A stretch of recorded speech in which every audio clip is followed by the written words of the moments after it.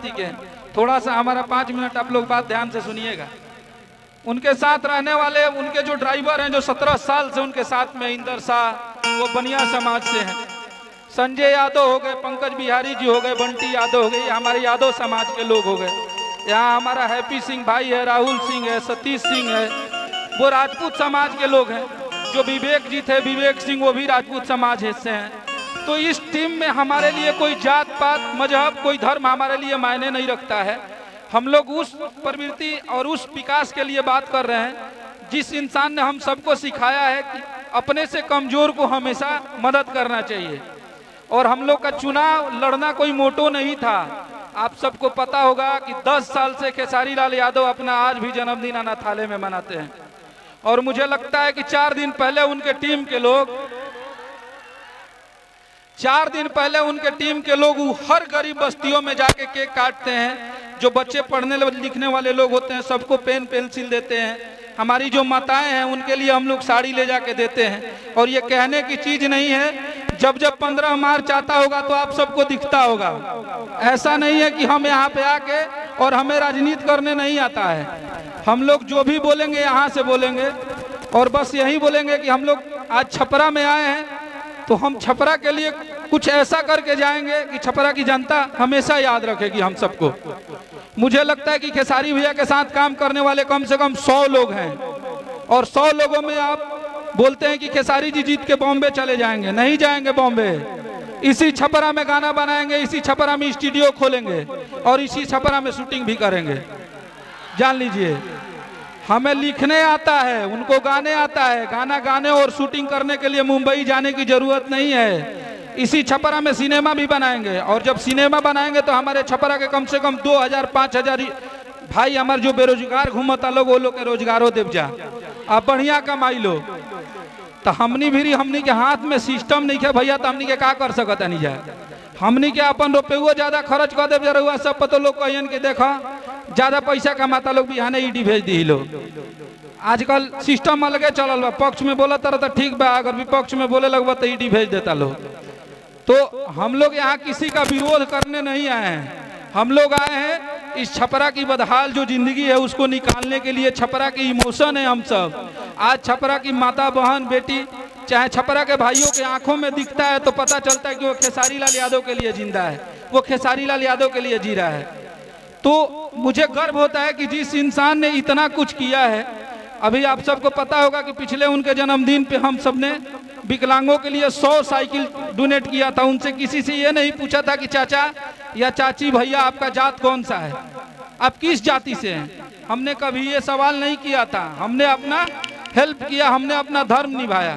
लेकिन कुछ लोग बोलते हैं कि जो भाजपा के वरिष्ठ कार्यकर्ता हैं, डिप्टी सीएम हैं, क्या है, हम तो उतना भाजपा के बारे में नॉलेज नहीं रखते हैं, सांसद हैं, तो बोलते हैं कि नाचने गाने वाले हैं। अरे नाचने को तो शंकर जी तांडव किए थे, कौन नहीं नाचता है। नाचने को ही पूरी दुनिया नाचती है। किसी के इशारे पे कोई नाचता है तो कोई गाने में मस्ती पे नाचता है। हमने कौन सा गलती कर दिया? किसी के घर जाके चोरी नहीं ना किए हैं, कहीं मर्डर नहीं किनू कैले। लोग हमरा के हत्यारा नहीं खन ना कहत, अपन मेहनत करत नहीं, 2 पैसा कमाता नहीं नाच गा के। तो हम नाचे वाला कहता लोग तो 4 गो और पट्टिया में बलगू लोग का हलो। तो देखिए, इंसान का जो कमी नहीं निकलता है ना तो उसका विरोध करने लगते हैं लोग। छपरा विधानसभा के जितने भी विपक्ष के लोग हैं उन लोगों ने पहले खेसारी भैया के एक कमियों को देखा। उनको कुछ दिखा नहीं कि इस इंसान में कमी क्या है। ये तो चुनाव लड़ने से पहले ही छपरा जिला खातिर चाहे पूरा बिहार खातिर इतना कैले बेल क्या देखा में तो कोनो गलतिये नहीं थे। तब नाचे गावे वाला कहे लगल लोग, अरे नाचिए गा के पूरा यूपी बिहार झारखंड और बाद अदर कंट्री में जीव लोग तो कम से कम 15 गो ऐसा देश बा जहाँ में खेसारी लाल यादव सर्चिंग में रहेला ना, ट्रेंडिंग में रहेला। तो आप विरोध कीजिए, हमारी नीतियों का विरोध कीजिए। अगर हम गलत हो तो आप हमारे बारे में कुछ बोलिए। अगर हम सही करने आए हैं, अगर आपके बेटे हैं, अगर मुझे अच्छा लग रहा है, अगर हम अपने शहर का, अपने गांव का विकास चाहते हैं, अपने गांव के लिए सही काम करने आए हैं, तो आप हमारा विरोध मत कीजिए। आप हमें 5 साल टाइम दीजिए। अगर इस छपरा को पूरे बिहार से लेके उत्तर प्रदेश और झारखंड अगर नहीं बता दिए कि खेसारी लाल यादव का विधानसभा है तो आप जो बोलिएगा सो। उनके साथ काम करने वाला हर वो इंसान कैपेबल है। हम लोग के पास आज 2 रुपया कमाते हैं हम लोग शौक से। अगर मुझे लगेगा कि किसी गरीब को अगर मुझे 50,000 1 लाख रुपया दे के किसी बेटी का शादी करवाना हो तो मुझे खेसारी भैया से पूछने की जरूरत नहीं है, मैं खुद दूंगा और अपनी बहन का शादी कराऊंगा। तो ये सब चीज हमनी के भैया राजनीति वाला आदमी ना है जा, हमनी के गाना लिखले बनी जा, संगीत के आदमी है जा, जौन भी हमनी के दिल से निकली वो सत्य निकली। तो हमनी के अपन छपरा के जौन स्थिति बा, नाला तक भइल बा, बुझाता कि छपरा शहर डूबल बा, वो पर जौन जीतल प्रत्याशी बने, जौन अभी वर्तमान में कैंडिडेट बने, वो विषय पर केहू नहीं खे बोला।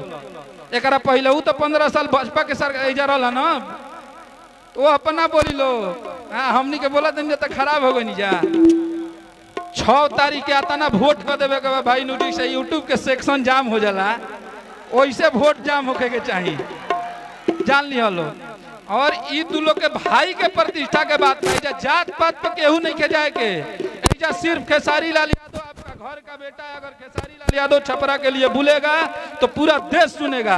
आज सोचिए कि खेसारी लाल यादव छपरा से चुनाव लड़ रहे हैं तो पूरा केंद्र लगा है खेसारी लाल यादव को सुनने के लिए, और इसी छपरा में आके जवाब दे रहे हैं लोग। तो जिस दिन हम जीत जाएंगे उस दिन सबके नाक में दम कर देंगे कि हमें ये चाहिए, और नहीं चाहिए तो सबके जितना हमनी के संगवा रहे वाला बानी जा, 1-1 मिलियन फॉलोअर्स बने सा लाइव आके बोलने लगा जो सबको के बारे में। ये हमारा छपरा के विकास से जाओ के चाहिए। अगर ये लोग के बस चली तो उनको ले कोनो बड़ नेता रही तो उनको के ट्रम्पो के ले दी। आप लोग बहुत बढ़िया बात कहत रही जा, शुरू से किए खेसारी सब पे भारी। आज छपरा विधानसभा में चुनाव लड़ के हमनी के देख लेनी जा कि सच में एक खेसारी सब पे भारी है।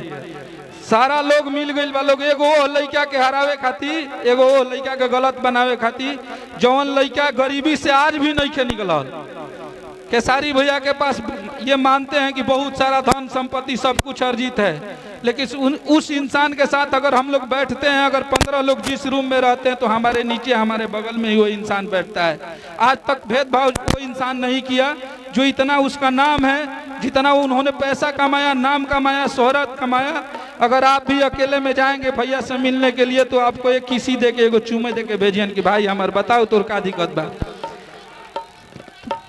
तो हमें गर्व होता है कि हम उस इंसान के लिए गाना लिखते हैं, उस इंसान के लिए काम करते हैं हम लोग, कि खेसारी भैया ने हम लोगों को जो परवरिश दिया है, हमारे लिए हमारे माँ बाप ने हमें जन्म जरूर दिया, हम एक ब्राह्मण परिवार के लड़के हैं, लेकिन आज अगर हमारा यहाँ से अर्श से फर्श तक अगर हम सबकी जिंदगी है तो सिर्फ ड्यू टू खेसारी लाल यादव का देन है।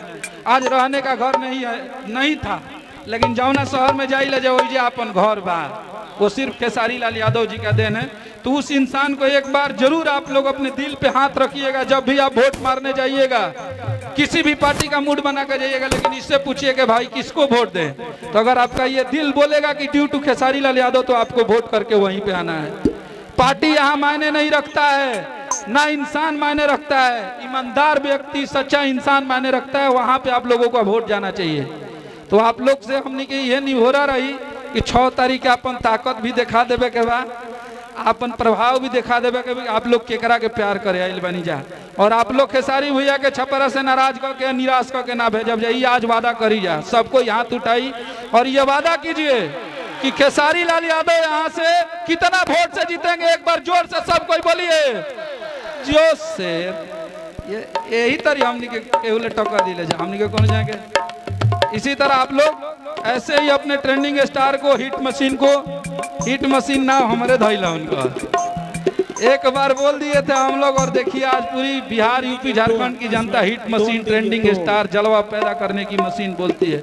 आज उस इंसान के हाथ में हम लोग छपरा की बागडोर देने जा रहे हैं। तो कभी उदास मत होइएगा। और खेसारी भैया आप लोग को कोई भी छपरा विधानसभा का कोई भी इंसान होगा, ये नहीं है कि आपका खेसारी भैया से कोई चीज के लिए बात करना होगा। उस टीम में मुझे लगता है कि 100 लोग काम करते हैं, और जो भी जानते हैं 100 लोगों को आप लोग पहचानते हैं। किसी के नंबर पे एक मैसेज कर दीजिएगा, बेशक आप छपरा विधानसभा के होने चाहिए, हम मदद सबका करते हैं, लेकिन छपरा विधानसभा हमारे लिए पहला प्रायोरिटी रहेगा। छपरा विधानसभा में किसी बेटी का शादी करना हो, अगर हमारी जरूरत हो, हम जितना कैपेबल हैं जरूर आएंगे और जरूर मदद करेंगे। किसी माता बहन गरीब का अगर पैसे के लिए दवाई रुक गया है, इलाज रुक गया है, आप जरूर अपने भाई को बताइएगा। और यहाँ पे मुझे लगता है कि 10 लोग खेसारी लाल यादव की टीम के खड़े हैं। आप किसी इंसान पे एक मैसेज फोन कीजिएगा, हमसे जितना सक्षम होगा हम रहेंगे। और हमारा ऑफिस पटना में है, हमको आने में यहाँ आधा घंटा लगता है, तो आधा घंटा में हमनी के पहुँच जा। हमनी के जुमलेबाजी नहीं करे क्या, हमनी के राजनीति करे नहीं खी जाइल, हमनी के अपना छपरा के खेसारी भैया कले रहन की खेसारी से भी सुंदर अपने छपरा को बनाना है। तो जब हमनी के कहीं भोजपुरी में जाई जा बात हो गई कि भैया तार विधानसभा तो सबसे बिहार के सबसे बढ़िया विधानसभा बा, तो हमनी के ना झोंके के चाहिए और आप सबके जरूर हमनी के करके दिखाई जा। तो आप लोग अपने ट्रेंडिंग स्टार को इतना वोट करी जा 6 तारीख के। और दूसरा चीज, हमारे बिहार में सबसे फेवरेट नेता तेजस्वी यादव जी हैं। मैं उनको इसलिए मानता हूं कि उस इंसान के पास विजन है, रोड मैप है, मैपिंग है बिहार का। मुझे लगता है कि भाजपा वाले इतने तेज तरार आदमी है ना कि अगर हम कुछ गलत बोलेंगे तो पट दे वो लोग नेट से निकाल लेता है सही चीज। लेकिन तेजस्वी भैया 17 महीना में इतना रोजगार दे दिल बानू, वो कोनो जवाब ना देवेला लोग।